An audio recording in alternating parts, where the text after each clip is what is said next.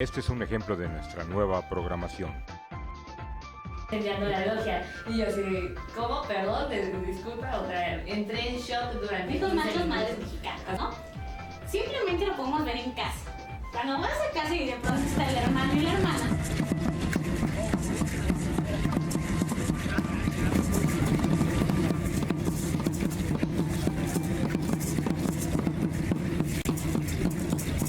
Bueno, que nuestros hermanos tienen ya la inventiva hoy de generar encuentros.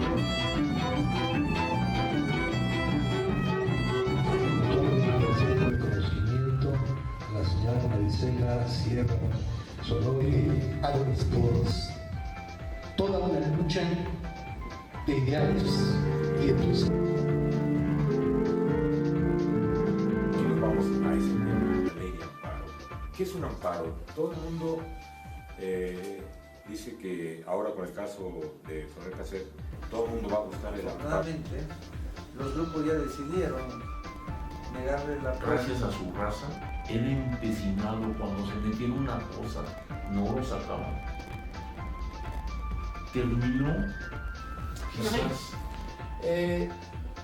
¿Qué va a pasar con los priistas, con su servidor?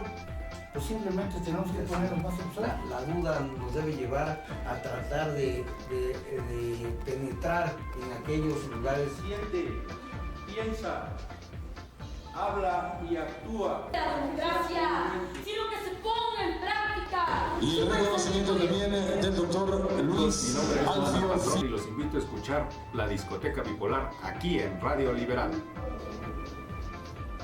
En Radio Liberal trabajamos por la libertad, la igualdad y la fraternidad.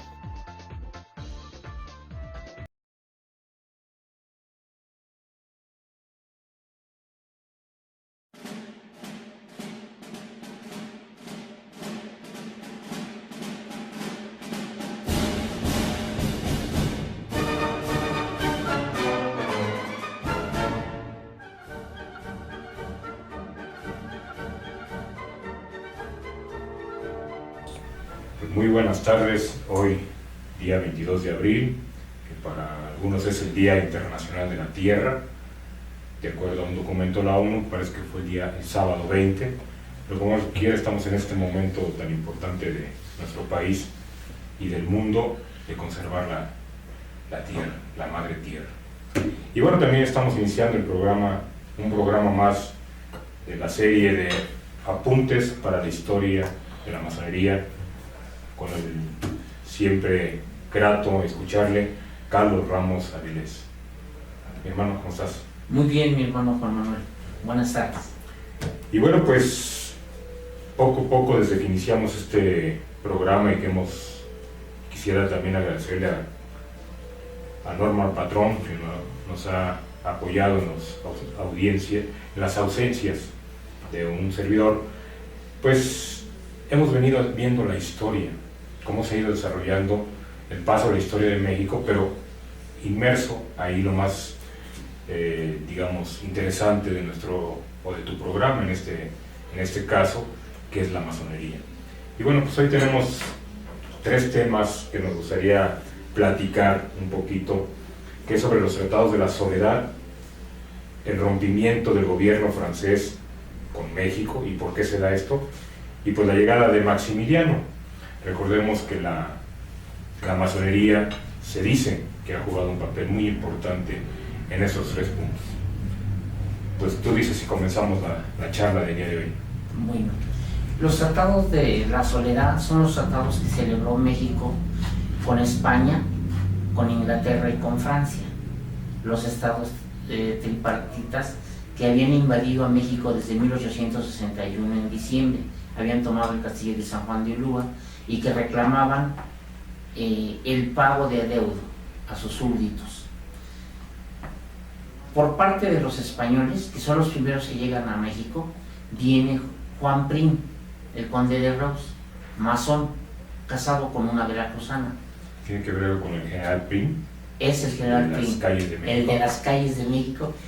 En su honor se le ponen las calles, es Juan Prim. Entonces, pero él era masón. y empezó, cuando llegó a Veracruz, a informarse del estado y de la situación que daba en México. En este caso, General Prim venía por parte de qué gobierno? Del gobierno de España, de la reina de España. Y venía otro lord, que ahorita no recuerdo su nombre, pero lo vamos a mencionar en otros programas, por parte del Imperio Británico y representando también a la reina de Inglaterra, la reina Victoria. Y Savigny, que venía por parte de los franceses, con Lorenzes al frente.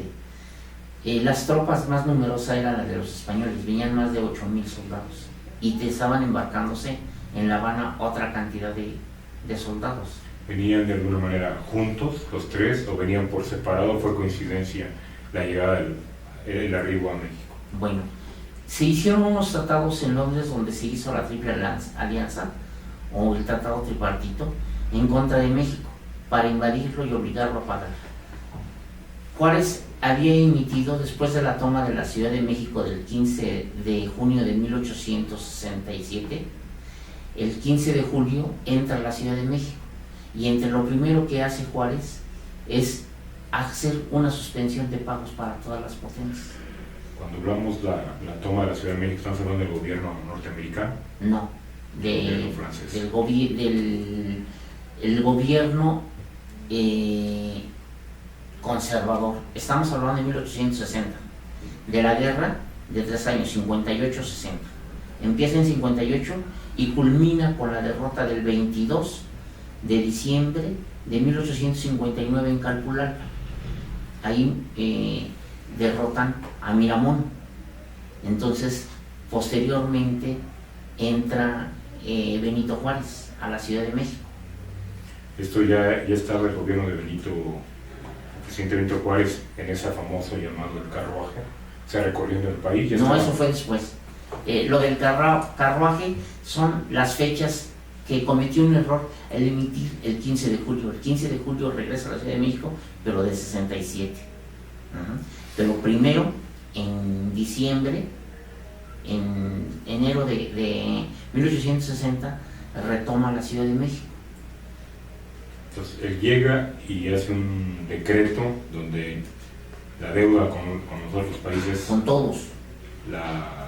La cancela, hace una moratoria. Porque la guerra había sangrado mucho. Fue una guerra muy cruenta, muy cruel.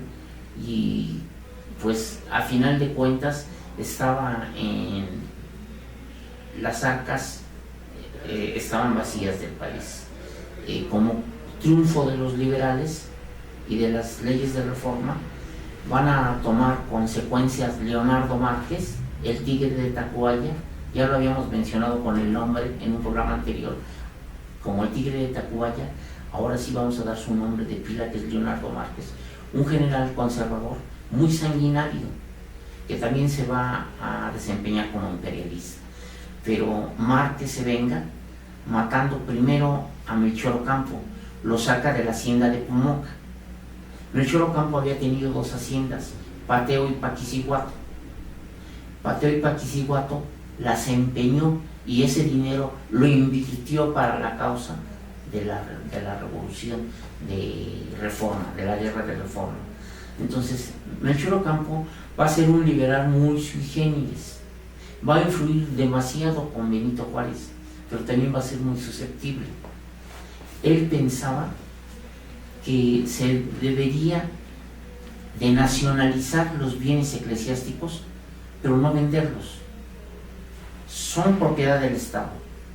Los nacionalizamos, pero si durante 300 o más de 300 años los ha administrado la Iglesia, que los siga administrando, pero ahora nos entrega nada más las rentas. Y esas rentas pagamos y sostenemos el Estado, y de ahí se arma la economía y la política del país. Y que además todo mexicano debería de ser pues un ranchero que fuera independiente. Era muy sensible, estudió Derecho, pero no se tituló. Estuvo en Puebla catalogando la biblioteca palafoxiana, que es una de las bibliotecas más ricas y mejores que tiene el país. Entonces, por azares del destino, recorrió el mundo se casó con una persona más grande que él siempre le achacaban muchas cosas turbias y sucias en cuanto a sus relaciones, y que era un hijo espurio, ¿no? Porque era un hijo adulterino. Entonces eso lo lastimaba mucho. Entonces todo eso, como era la educación en México, bueno, pues sus enemigos políticos se lo achacaban y se lo encrispaban.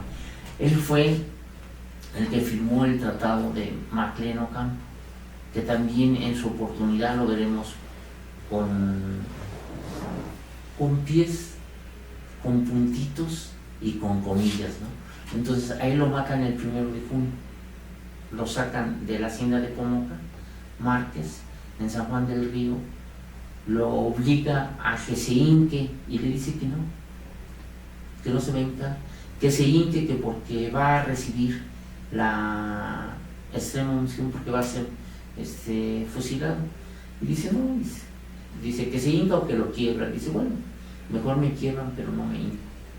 Entonces le meten unos balazos, y hay un daguerrotipo que está en el Instituto Nacional de Antropología, donde está tratando sus momentos póstumos. Es de esas cosas que llegan a ser raros, como lo retrataron en el momento de la agonía, y se está riendo sarcásticamente, pero lo colgaron, pero no lo doblaron. El hecho que no se haya hincado tendría que ver con su filosofía masónica. Exactamente.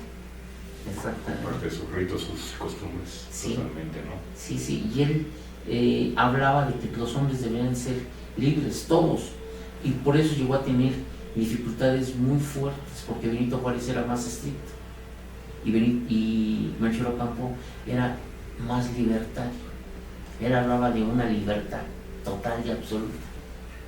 Haciendo un paréntesis ahorita que hablabas de los bienes de la iglesia, cuando Benito Juárez proclama las leyes de reforma, finalmente al clero se le quitan los bienes, sí, y después se le entregan, como ahora tiene la Catedral de la Ciudad de México. No, ahora tiene. Bueno, sigue trabajando ahí dentro, ¿no? Siempre ha trabajado, pero no son del clero, son propiedad de la nación. Pero sin embargo, ellos no pagan renta, no pagan nada. Porque es un comodato. Bajo la figura de comodato. Sí. Que era parecido, y en el caso de Melchor Ocampo, lo que ofrecía o lo que él proponía era que pagaran una renta. No, que las riquezas, las tierras, los tesoros, el dinero, todo el capital que tenían acumulado, lo pusieran a trabajar. Y que eso, los rendimientos, el capital era del Estado. Pero ellos lo ponían a trabajar porque lo habían administrado. Porque iba a ser muy difícil que el Estado lo administrara. ¿Por qué? Porque iban a llegar muchos vivales. Claro. Entonces así los tenemos controlados, pero los seguimos manejando. Y la ley que se aplicó fue la de Miguel Lerdo de Tejada, la desamortización de bienes eclesiásticos. Bueno, en la aplicación de esto se declaró una guerra muy cruenta y terrible, la guerra de los 3 años. Ha sido una de las guerras más cruentas. Lo que es la cristiana, ha habido 3 cristianas. Eso es lo que quiero comentar. Lo que es la guerra de Reforma y la del Imperio de Maximiliano han sido las guerras más crueles y más sanguinarias que ha tenido el país. ¿Crees que hayan sido más crueles y más graves que la guerra de independencia o la revolución? Sí. Sobre todo por su situación sanguinaria. La Santa Inquisición también fue una época cruel, ¿o no? Sí, pero fue más cruel estas. Fueron más crueles porque aquí, si allá se habían enfrentado entre familias, aquí fueron padres contra hijos. Fueron generaciones que se enfrentaron. Los conservadores, que decían que tenían que conservar la herencia de sus padres, que ya se había perdido la mitad de territorio, que además la tierra no se vendía, no se enajenaba, ¿no? Y además la fe, que lo único que unía a este país era el ejército y la religión, y que eso se debería de conservar. Entonces, con esas, y la gente, el pueblo, la mayoría del pueblo, bueno, decía, nos va a pasar esto, o nos va a castigar. Y los sermones, No, había ya periódicos, pero no todo el mundo sabía leer y escribir. Pero ¿cómo se daba la información? Por los sermones. Si nosotros estudiamos los sermones desde el movimiento de independencia hasta 1875, vamos a ver que fue el vocero, la comunicación para el pueblo, y era como se movían a las masas. De hecho, sabemos que México, hasta que se empezó a proclamar o a exigir la educación obligatoria, una de las maneras de comunicarse al pueblo era precisamente la iglesia, y el otro eran las famosas antiquísimas hojas volantes y los pregoneros. Es decir, los religiosos daban una versión y los liberales daban otra a través de la voz, de la palabra, que inclusive de ahí ahora solamente en los periódicos actuales, digamos, que ya también están desapareciendo por lo digital, vemos la situación de los famosos voceadores, ¿no? Sí. El voceador que iba dándote la noticia. Iba cantando el encabezado. Que eso es muy difícil de entender y muy fácil a la vez, porque lamentablemente el país, hasta la fecha, la gente se entera por lo que escucha, no por lo que lee. O sea, la falta de leer, cualquiera te puede dar una versión y ahí te quedas, o con el puro encabezado te quedas, ¿no? Y ya dices, sucedió esto, pero poca gente se pone a ver el contenido de esto. Bueno, además, si hacemos un análisis de los periódicos que circulaban en el siglo XIX, no todos eran muy cotidianos. Salían unos cuantos números y por falta de recursos y porque también estaba la libertad sustraída. No había libertad de prensa ni libertad de asociación, que fue lo que se logró en la Constitución del 57.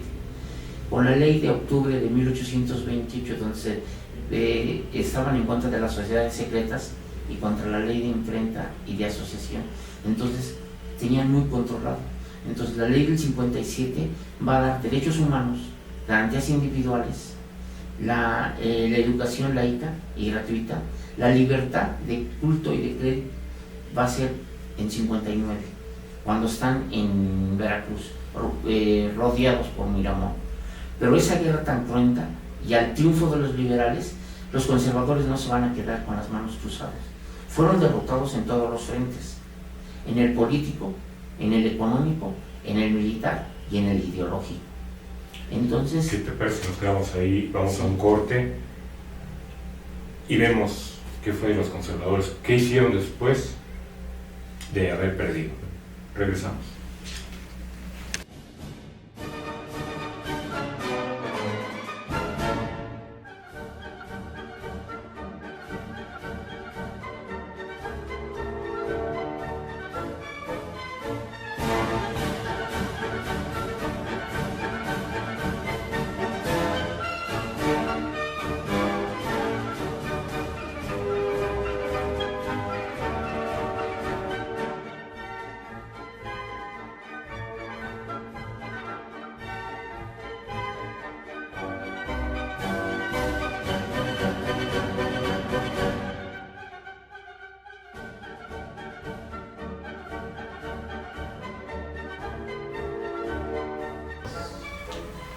Y bueno, regresamos aquí a Apuntes para la Historia de la Masonería en México. Y hablamos del Tratado de la Soledad. Se pelean, pierden los conservadores. ¿Cuál es la reacción? ¿Se trae a un emperador? ¿No se trae un emperador a México? Bueno, primero, Juárez declara la moratoria. Al declarar la moratoria, los conservadores le dan los elementos a Napoleón. Napoleón cita en Londres una junta tripartita para decir que cómo van a dejar a sus súbditos desprotegidos por la barbarie de lo que acaba de pasar en México, ¿no? Y que tienen que someterlos bajo las armas. Pero ya Savigny, que era el que va a venir a México como plenipotenciario, tenía amarrado un trato con los conservadores y con el emperador, de que una vez entrando a México no salirse hasta que no impusieran un reino latino o un imperio latino, ¿no? Y que retomaran el poder los conservadores. Pero no contaban los conservadores con una cosa, que Napoleón III también era masón y también era liberal. Entonces va a mandar tropas. Llegan en diciembre 4.000 y posteriormente otras 2.500, 2.800. Cuando se da los tratados de la Soledad, había cerca de 6.500 soldados franceses ya en México, y con las buenas intenciones de México de que entraran a tierras mejores, para que no les diera el vómito negro o la fiebre palúdica Veracruz era una tierra muy canija. Mandan a un gran masón, a Manuel Doblado, muy inteligente, y Manuel Doblado primero se presentó con una señal que nosotros conocemos. José Manuel Doblado es enviado a era el secretario de Relaciones Exteriores de México. Ya cuando nos invaden en 1861, porque México no paga, entonces también Benito Juárez en 1862 en enero emite un decreto en contra de los traidores y de que todo aquel que preste servicios a los extranjeros a ser fusilado, a ser pasado en corte sumaria. O sea, empieza a preparar porque ya sabe que eso no va a estar. Y además la veían muy difícil porque venían 3 ejércitos coloniales muy poderosos. Venía el español, que era el mayor número de tropas. Entonces empieza a ver entre los documentos Manuel Doblado a analizar cómo escribe el oro inglés. Manuel Doblado hablaba muy bien el inglés, y cuando le preguntaban que si hablaba y pronunciaba el inglés, él preguntaba que cuál, el yankee o el anglo. Que había esa diferencia. Sí, él marcaba la diferencia, el de los ingleses y el de los yanquis, y redactaba muy bien el señor, y hablaba, era un políglota, pero empieza a ver que son tratados y son trazados, más que tratados, son trazados de arquitectura. Dice, este es masón, lo separa y le va a contestar de acuerdo a los usos y costumbres, en un perfecto inglés, que el delegado no necesita traductor. Pero cuando ve lo de Juan Prim, que fue el primero que llegó, inmediatamente se identifica.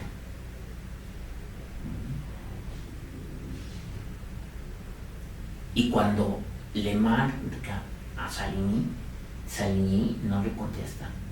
Saligny es muy déspota. Le dice que él no puede tratar con un espurio.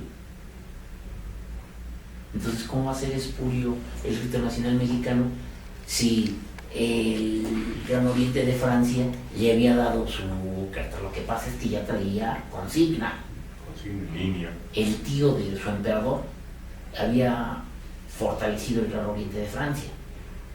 Entonces estaba reconocido el Ejército Nacional Mexicano por el Gran Oriente de Francia. Entonces Saligny tenía que haber reconocido como hermano masón a Manuel Doblado, y lo desconoce.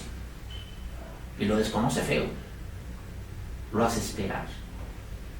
No lo atiende. Es descortés. Hasta que el general Prim se da cuenta del enjuague y logra, por una maniobra, ser el presidente de la comisión tripartita. Entonces, en la Soledad, Veracruz, ahí empiezan a reunirse las negociaciones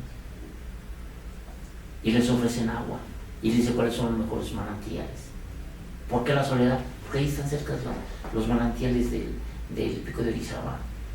O sea, había una manera muy distinta de hacer la guerra de los mexicanos, y los otros obraron con ventaja. Entonces sería un tanto la entonces forma de queda- ser queda- prehispánica, queda, ofrecer la bienvenida, ¿no? sí, queda muy contento. Pero también la esposa de Juan Prim, que era una jarocha, una veracruzana, también influye sobre el esposo. Entonces, hay que leer la correspondencia de Juan Prim. Es interesantísima cuando le dice a su esposa que es su reina, su señora y su dueña, pero que él tiene un compromiso mayor con sus hermanos masones, porque ellos no tienen nacionalidad. El masón es del mundo. Dice, yo nací en España y me debo a mi rey, pero también me debo al mundo. Pero la bondad de mis hermanos, que estaban diezmando a mis tropas y que nos ofrecen las buenas aguas, las buenas frutas, los buenos alimentos, no les podemos pagar con una puñalada. Pero se empiezan a mandar cartas, son cartas cruzadas, entonces en forma de triángulo, son recaditos chiquitos, va el tratado y va el triangulito, y le contestan, y el que no contesta nunca está ahí, el francés. Ese ya traía, como nosotros decimos, su plan ranchero. Entonces Juan Prim dice, honramos los tratados de la soledad, aceptamos que cuando tenga México dinero nos pague, porque está reconociendo la deuda, y encargamos a las autoridades mexicanas, a nuestros connacionales y a nuestros súbditos, para que los cuiden y los protejan. Y lo mismo el inglés. El inglés, pues con unas cuantas figuritas, que además era un coleccionista de arqueología. Entonces Manuel Doblado fue muy inteligente en donarle 2, 3 cositas clásicas. Entonces, pero estaba maravillado. Y se va y dice, no tenemos ninguna necesidad en estas malas tierras diezmar a nuestras tropas. Pero eran tropas muy batalladas y además muy trabajadas. Los ingleses venían de la India, venían de África, los españoles también venían de Marruecos y venían de Cuba. Entonces, pero cuando llegaron a México, pues les dio el vómito negro y la maldición de Moctezuma. Entonces, el 9 de abril, los franceses rompen, los españoles se retiran, honran los tratados y se retiran, y se embarcan. ¿Y se quedan los españoles que se tengan que quedar a vivir?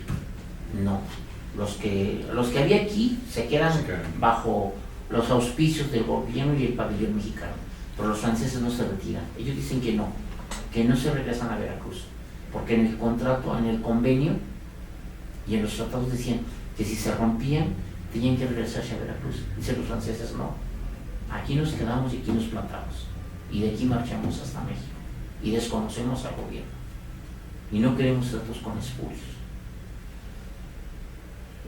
¿Quiénes relacionaban ambas situaciones, la masónica y la política, ¿verdad? Pero no quieren tratos con espurios, pero ya estaban en tratos con Márquez, ya estaban en tratos con Félix Uruaga, ya estaban en tratos con conservadores mexicanos. Entonces se rompen las relaciones y marchan hacia la Ciudad de México. Se da un enfrentamiento en las cumbres de Apulcingo, donde todo el mundo dice que Zaragoza es derrotado. No. Una cosa es una retirada estratégica y otra cosa es una derrota. Zaragoza tenía que calarlos y ver qué calibres traían en sus fusilerías, porque venían los mejores rifles y los mejores soldados del mundo. En Apulcingo se da un enfrentamiento, se retira. Al retirarse se lo asignan como derrota a los franceses, y si tenemos oportunidad de ir a Francia, vamos a escribirles, vamos a ver que la Legión extranjera en su cuartel que tiene ya no lo tienen en África, lo tienen en Cerdeña, dice los cosos ahí, primer derrota de los mexicanos por la Legión, Aculcinco, ¿no? Se retiraron. ¿Qué fecha sería la retirada? El 9. 9 de... No, el 20-25 entre el 20 y el 25 se dan enfrentamientos. 1, 2, 3 y se retiran. 1, 2 de abril. De abril. Y después vendría la batalla del 5 de mayo. El 5 de mayo vamos a hablar. ¿Quiénes estaban por lado de los franceses? ¿Cuántos mexicanos había con los franceses?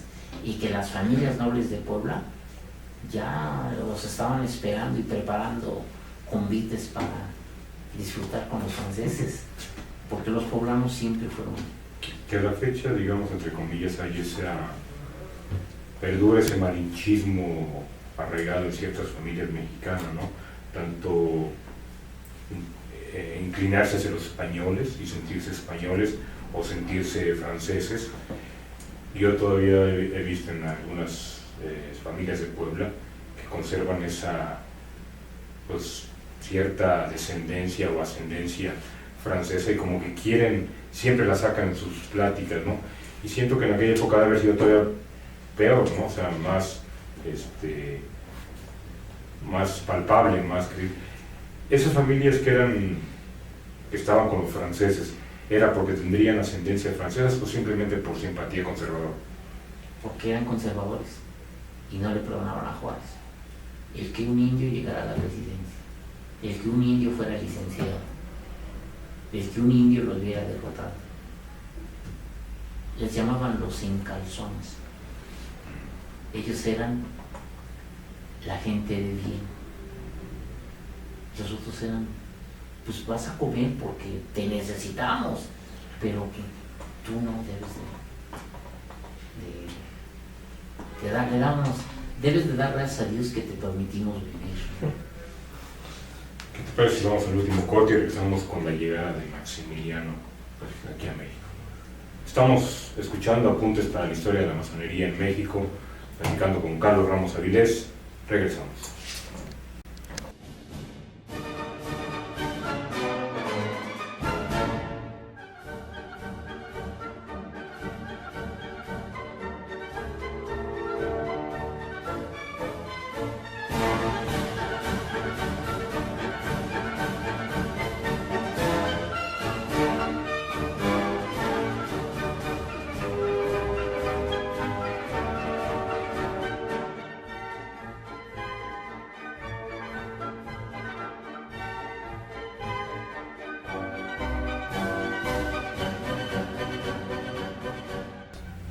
Y bueno, regresamos a este programa de apuntes para la historia de la masonería. Estamos platicando con Carlos Ramos Avilés y hablamos de los tratados de la soledad.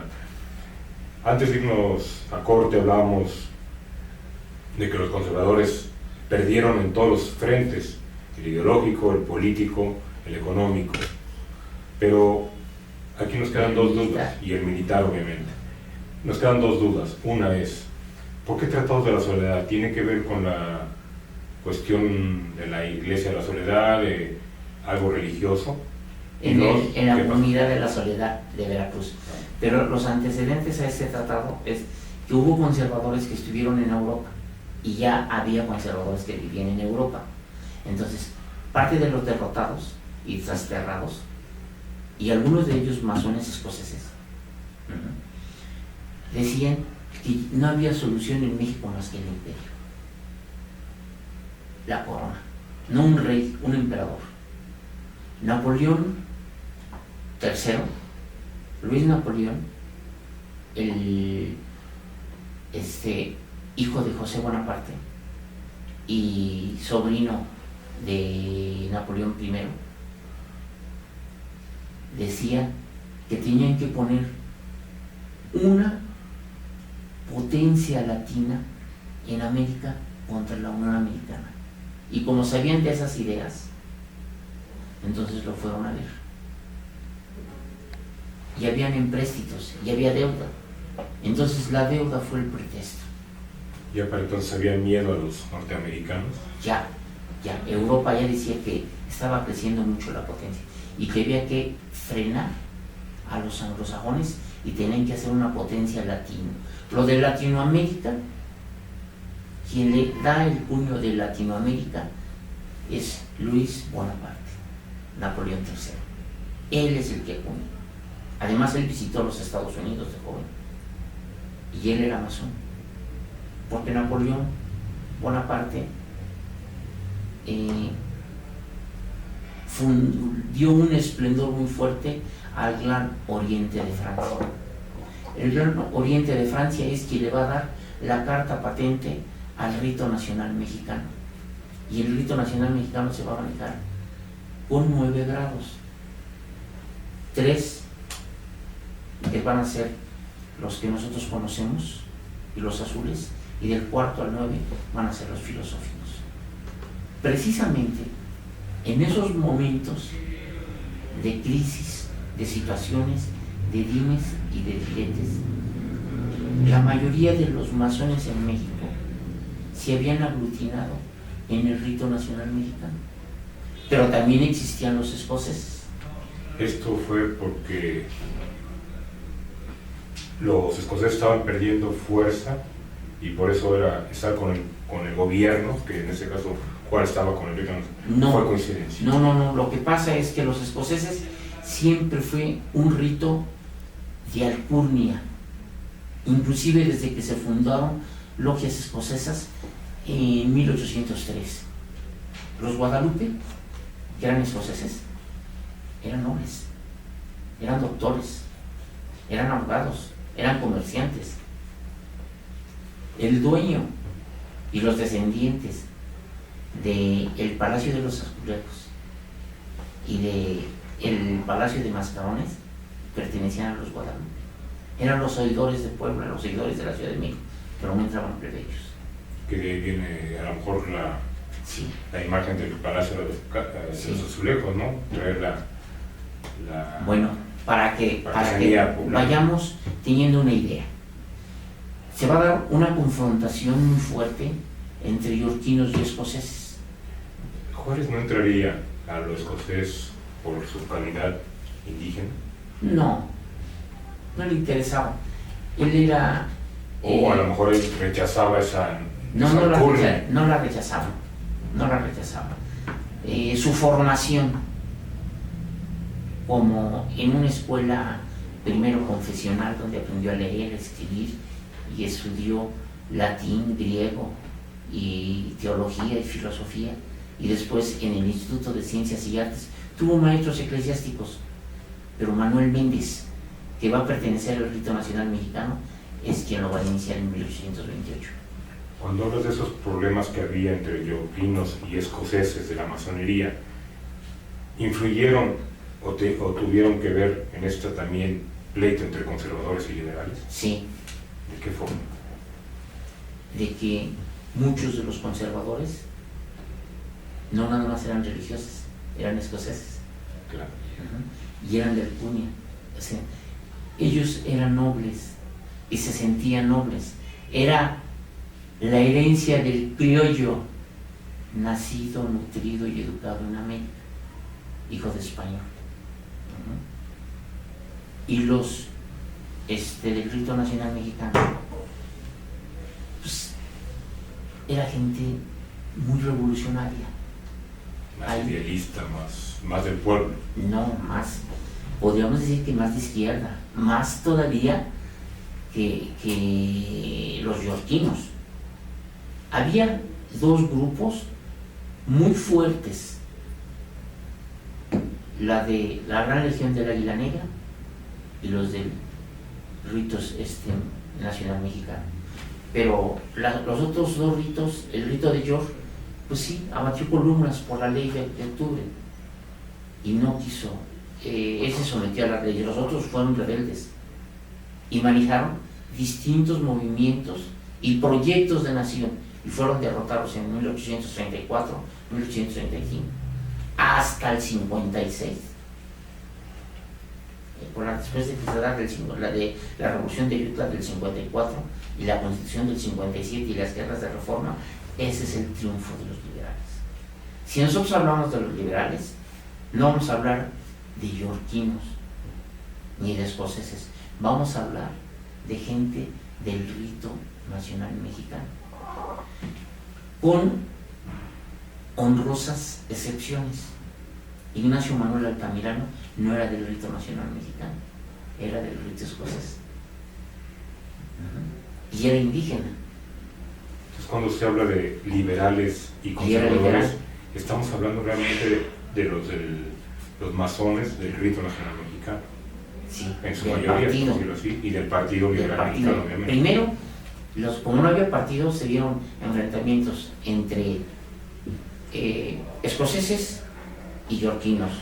Después, el enfrentamiento entre federalistas y centralistas, que por ese enfrentamiento se perdió Texas. Que había masones en los dos grupos. Y después se forma el Partido Conservador y después se funda el Partido Liberal.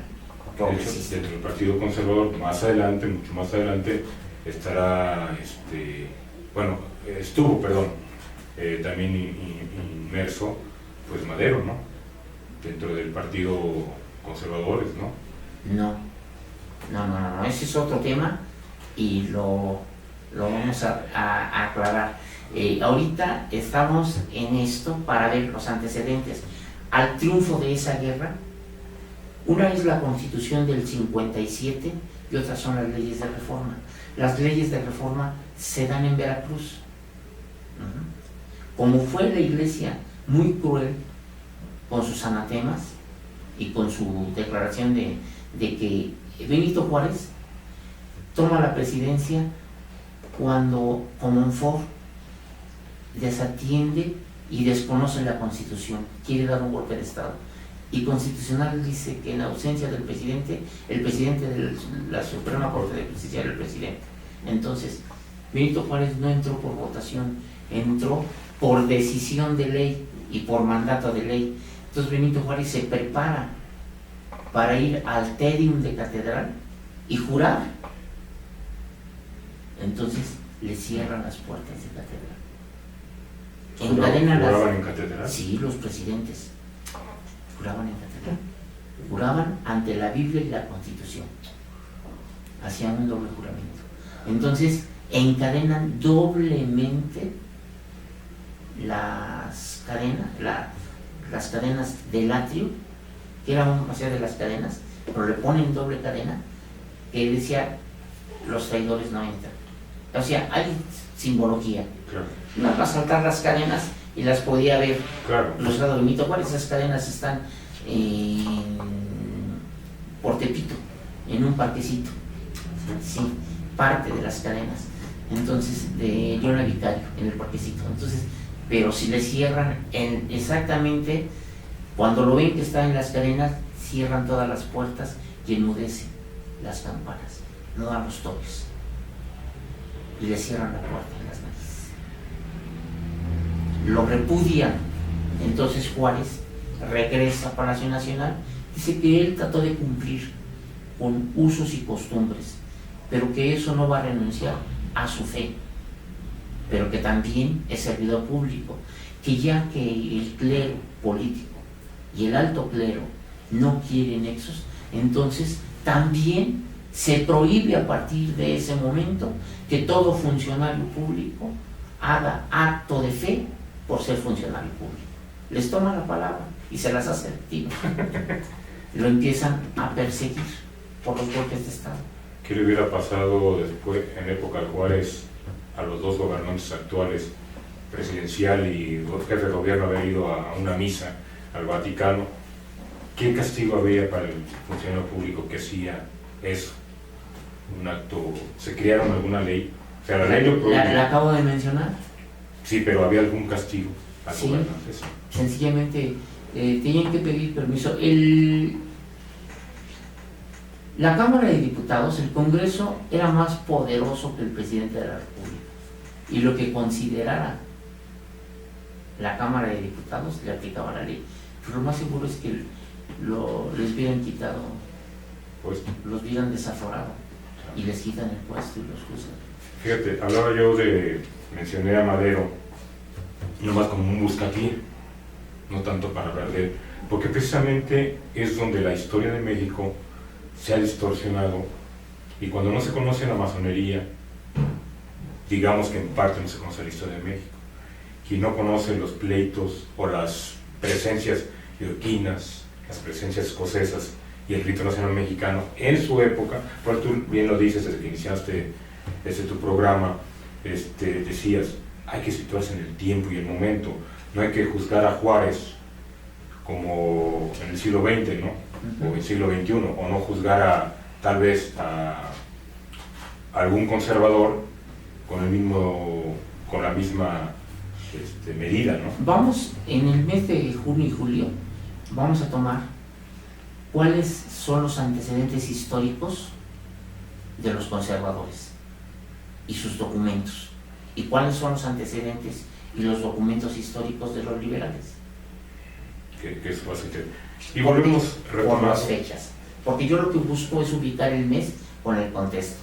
Entonces, había un señor que se llamaba Luis de la Higarda, que él ya había presentado inclusive un proyecto monárquico al presidente y se encontraba en Europa, pero junto con el papá de Amado Nervo y otros más, pero dos, para decir nada más nombres, se presentaron ante Luis Napoleón III, y le ofrecieron la corona de México para que pusiera un príncipe europeo al frente de México, o que él fuera emperador también de los mexicanos. Que es donde decías tú que después de los tratados de la soledad se hablaba de que México, para que surgiera, para que siguiera, tenía que estar un emperador, no un rey. ¿Cuál sería la diferencia entre un emperador y un rey? Esa la marca Carlomagno cuando es coronado por el Papa como emperador del Sacro Imperio Germánico. Y un emperador es rey de varios reyes. Un imperio es más grande que un reino. Okay. Vamos a otro corte y regresamos a continuar con esos temas, que creo que fue muy ilustrativo hablar de cómo se da la efervescencia y la crueldad en los momentos de los posteriores al Tratado de la Soledad. Regresamos.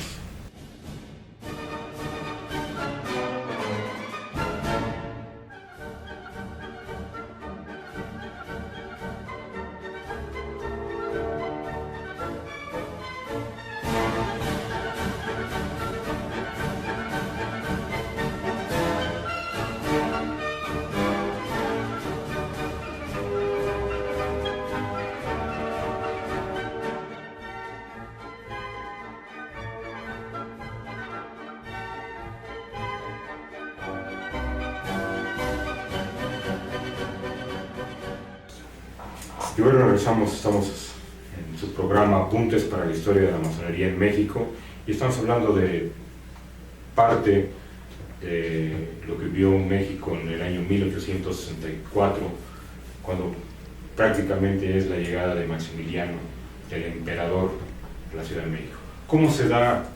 Habíamos comentado en el corte anterior que se habían perdido los conservadores, los franceses no se habían ido y seguían la batalla, y bueno, la primera batalla que perdieron según ellos con Zaragoza, pero ¿cómo es que llega Maximiliano ahí?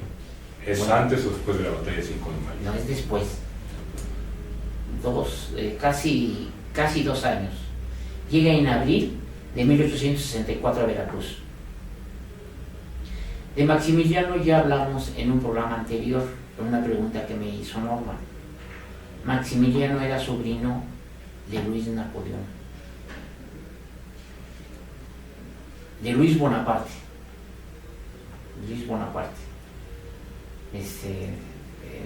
O sea, tercero, que le llamaban Napoleón el Pequeño. Nacido en Austria. Sí, pero su papá era el hijo de Napoleón Bonaparte, el rey de Austria, el rey de Italia, perdón, o el aguilucho que lo mataron. Entonces, Maximiliano era un personaje incómodo para todas las coronas y las casas reinantes de Europa. que le aplicaron lo de los embajadores cuando no son personas no gratas en México, sí. Es en la época priista, ¿no? No lo podías correr porque era un personaje, pues lo mandabas de embajador, ¿no? Bueno, lo mandabas de emperador.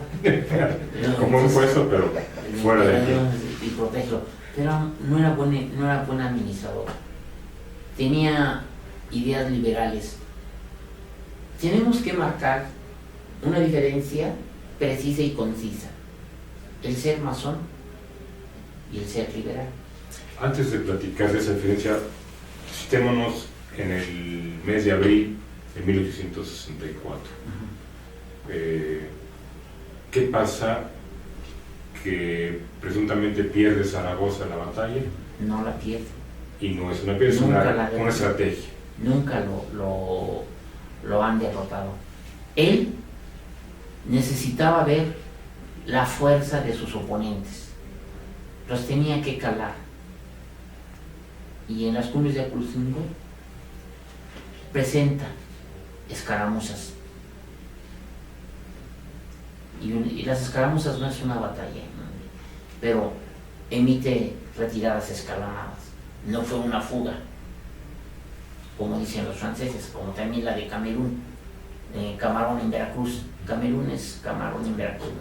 Que también es la honra y diario, la legión extranjera, Murín, a veces hacen cosas que no son. La realidad es que los probó y se regresa a Puebla y él decide parar en la ciudad de Puebla a las tropas francesas, que ya eran 6,500 con Lorenzet. Entonces venían de lo mejor y las derrota el 5 de mayo. Pero de esa batalla vamos a hablar en mayo específicamente. Pero sí fue un preámbulo para que se asentara la ofensiva o la llegada de Napoleón. Además, al ser derrotados los franceses, se retiran y esperan un cambio. Cambian al oficial francés al frente y mandan más tropas. Tardan 1 año, 10 días en tomar Puebla. Los derrotan el 5 de mayo de 1862 y ellos toman la ciudad de Puebla hasta el 15 de mayo de 1863. Los franceses derrotados se retiran o se quedan en las alrededores de Puebla. Se van, unos pocos se van a una hacienda, pero la mayoría se retira. Esperaban un contraataque de la caballería mexicana.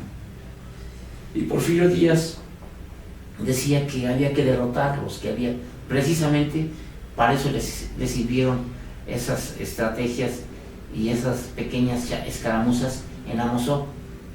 Entonces, un ataque de caballería con la infantería como la que traían los franceses hubiera sido desastroso para la caballería mexicana, por sus fusiles de repetición que traían, y de 2 tiros, pero ya no cargaban por el frente. Atrás, un tiro, disparaban, o lo tenían otro en la recámara, volvían a disparar, pero tenían que cargar en frente. Entonces, había una forma que le llamaban el erizo, que le esperaban los franceses y la tenían perfectamente estudiada por las tribus del Grid en África, entonces en Argelia y Marruecos.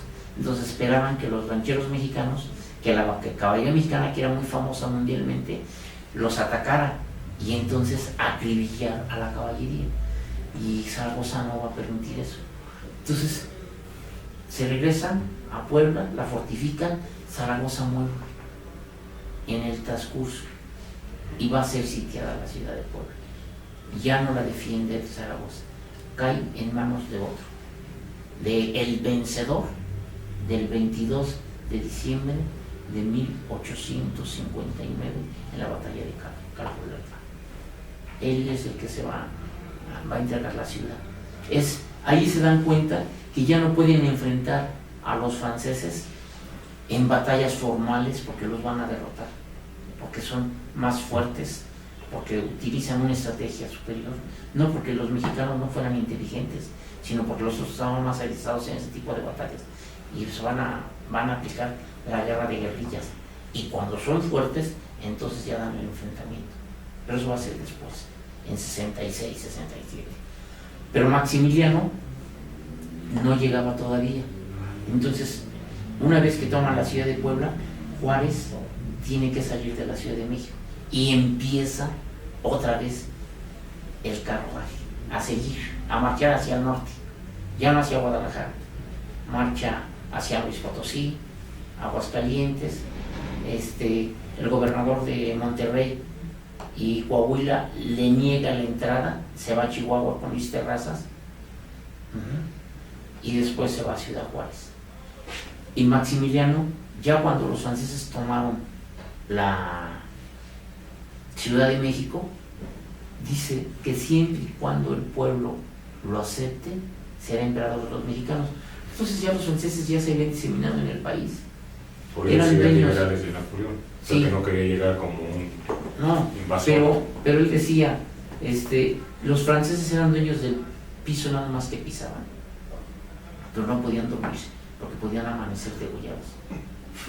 Entonces van a ser más sanguinarios todavía, sobre todo el coronel Dupin, que va a crear la contraguerrilla con haitianos y con exconvictos de Nueva Orleans y todo, y se va a vestir con el traje charro de mexicano, el sombrero galoneado, y va a ser famoso porque le va a quitar a un capitán mexicano conservador su esposa, que era una mujer muy bella de Tehuantepec. Pero ese va a crear la contraguerrilla. Entonces le dicen a los mexicanos: firma. ¿No firmas?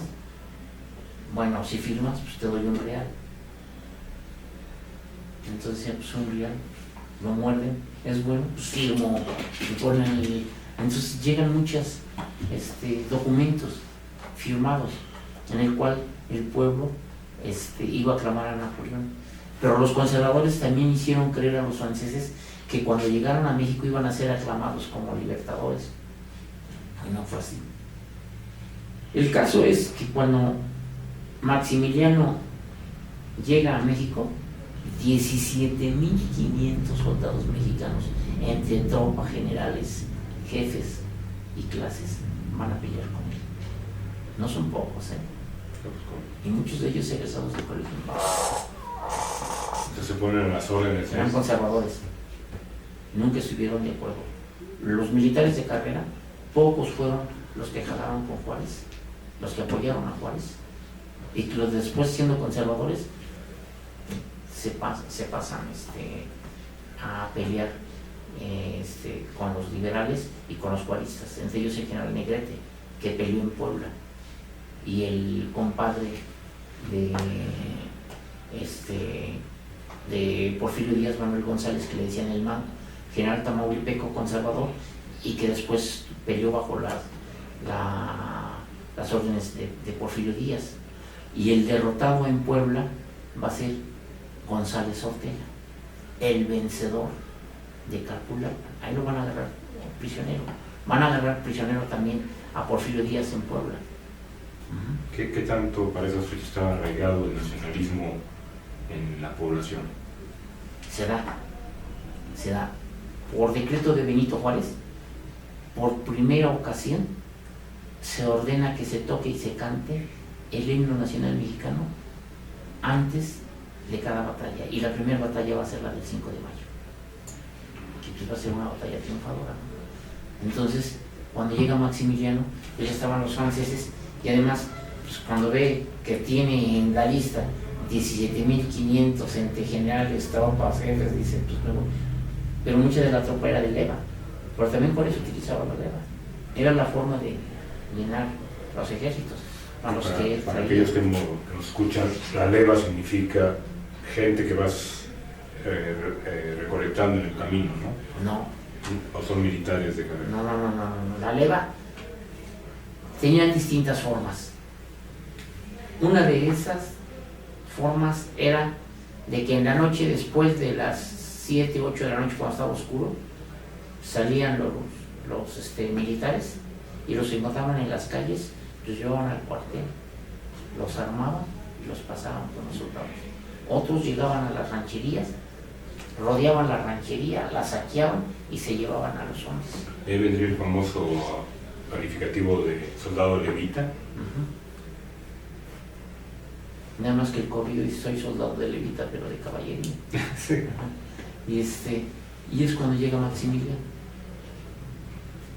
en abril de 64. ¿Y cuánto tiempo va a durar Maximiliano en el Hasta el 17 de junio de 67, que es fusilado por órdenes de Benito Juárez y por el decreto de enero de 1861, de 62, de que se pasara por las armas a todo aquel que diera y apoyara a los extranjeros o peleara contra el orden establecido. Pues, ¿qué te parece? Se nos ha venido el tiempo encima. Vamos a dejarlo ahí.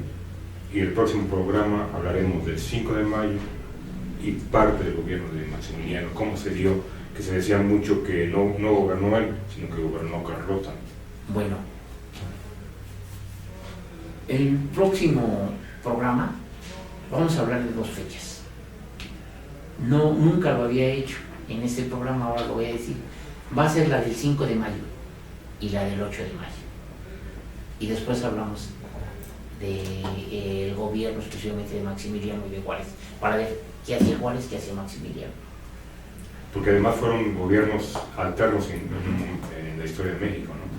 Mientras Juárez gobernaba en la República, Maximiliano gobernaba en el centro del país. No, en las ciudades. ¿En las ciudades? En las ciudades donde estaban los franceses. Y hubo gobernadores.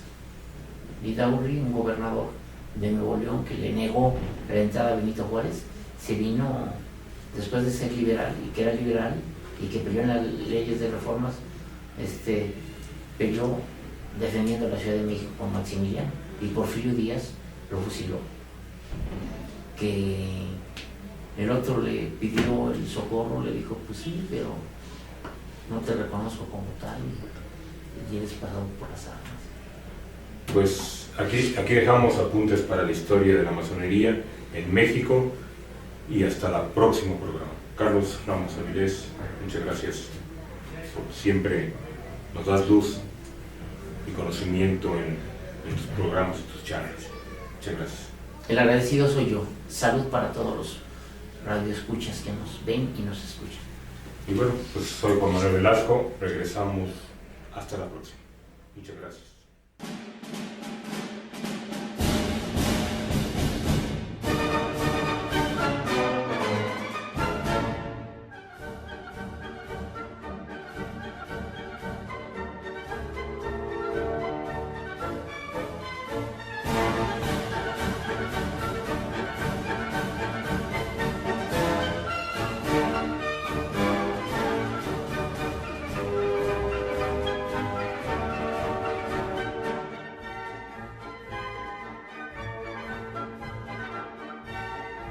Este es un ejemplo de nuestra nueva programación.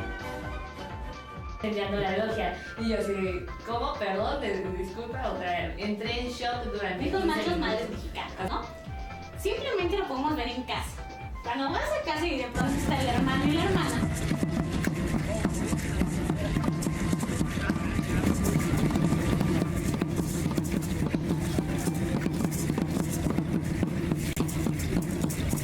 Bueno, que nuestros hermanos tienen ya la inventiva hoy de generar encuentros.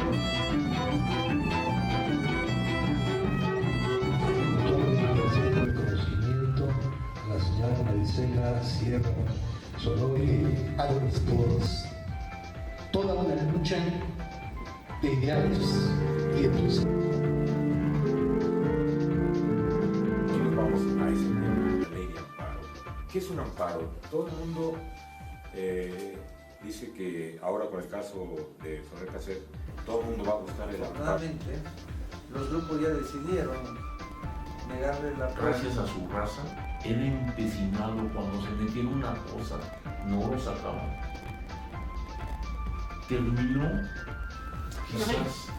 ¿Qué va a pasar con los priistas, con su servidor? pues simplemente tenemos que ponernos más observados. La duda nos debe llevar a tratar de penetrar en aquellos lugares. Siente, piensa, habla y actúa. La democracia, sino que se ponga en práctica. Y el reconocimiento también del doctor Luis Mi nombre es Alfio. Patrón y los invito a escuchar La Discoteca Bipolar aquí en Radio Liberal.